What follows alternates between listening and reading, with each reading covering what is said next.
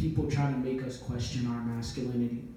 And that was a situation that I found myself in. I found myself in a situation where it's like I had to question my masculinity. I had to question like what it meant to be a man.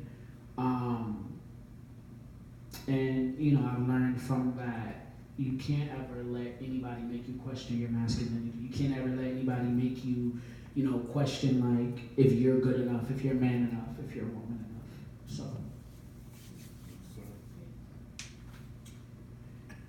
The first time I was emasculated was on a late summer afternoon. I sat on the long chair in a big room sharing my thoughts with a woman who was trained to deal with the mind, hoping that she would understand mine. An attempt to find an answer to a question I asked, why wasn't the woman I dating satisfied with me? And she replied, maybe she wants a real man. While attempting to understand her train of thought, I thought, wow, isn't that like society? To cut a man down based on what he doesn't have while overlooking all that he does. To love him for what he can do and not who he is, because when he can't produce his on to the next, because no woman wants a man that is impotent, because to some, that is the only thing that is important. In addition to what he can provide, and I thought that if we are going to base the value of a man on what he has, then perhaps we need to redefine masculinity. Because growing up, I was raised on music, soul, child, and taught as a child, the definition of a man was to never cry. Or work till you tired. Got to provide. Always be the rock for my fam, and provide by all means and give you the things that you need. But lately, it seems like in 2019, that narrative has changed.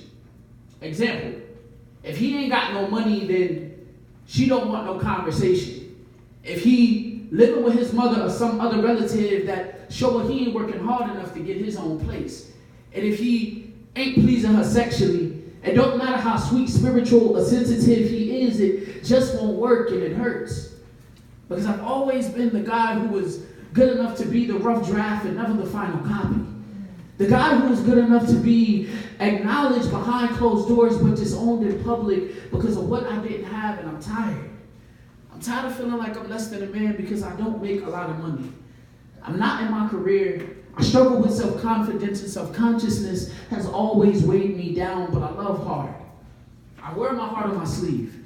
I'm in touch with my emotions, and I believe that I can speak for most men in this room and say, underneath our facades and egos, we just want to know that somebody is going to be there even if we don't have all of that stuff. So in response to my therapist, I'll tell you what. The next man that you date, I want you to build that relationship on fornication and materialistic stuff. And when his touch no longer satisfies you, I want you to look at me, and tell me which one of us was man enough.